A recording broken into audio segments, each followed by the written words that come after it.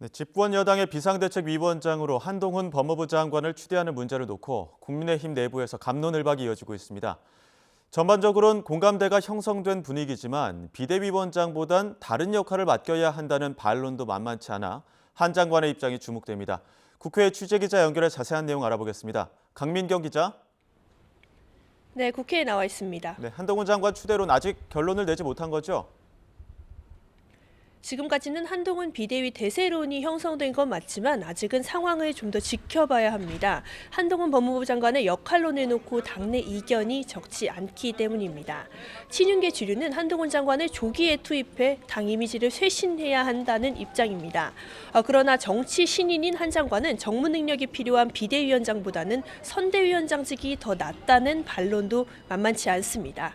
이런 가운데 국민의힘 윤재욱 당대표 권한대행은 내일 상임고문단 회의를 열고 비대위 출범에 대한 당내 원로들의 입장을 청취합니다. 직접 들어보시겠습니다.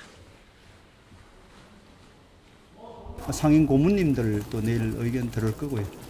나중에 결과가 발표됐을 때 왜 우리 의견은 듣지 않느냐는 불만이 가급적 생기지 않도록 하겠다는 그런 취지로 이해해 주시면 좋겠습니다. 당사자인 한동훈 장관은 오늘 오후 2시에 열리는 법제사법위원회 전체 회의에 출석하는데 어떤 입장을 내놓을지 주목됩니다. 더불어민주당은 내홍 수습에 주력하는 모습입니다.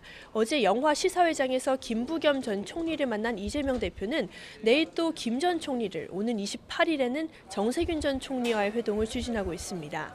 이낙연 전 대표가 신당을 추진하는 상황에서 파장을 최소화하려는 전략으로 읽힙니다. 이 전 대표 측 관계자는 오늘 아침 통화에서 당의 본질적인 문제를 해결할 의지가 있다면 이재명 대표와 만날 수 있지만 그렇지 않으면 소용이 없다고 강조했습니다. 여기에 더해 야당은 돈봉투 살포 혐의를 받는 송영길 전 대표 구속이라는 악재도 맞닥뜨린 상황입니다. 민주당은 입장 표명을 자제하고 있는데 직접 들어보시겠습니다. 이러한 사안들에 있어서 좀 더 지켜봐야 될 사안이기 때문에 우리 더불어민주당에서는 공식 입장 없고 다시 한번 말씀드리지만 현실적으로 탈당 상태인 점 등을 고려를 해주셨으면 좀 좋겠습니다. 그러나 내부적으로는 내년 총선을 앞두고 여론에 미칠 부정적인 영향을 우려하며 타개 방안을 모색하는 분위기입니다. 네, 국회 일정도 짚어보겠습니다. 강도형 해양수산부 장관 후보자에 대한 인사청문회 진행되고 있는데 분위기 어떻습니까? 네, 현재 국회에서는 최상목 부총리 겸 기획재정부 장관 후보자와 강도형 해양수산부 장관 후보자에 대한 청문회가 각각 진행 중입니다.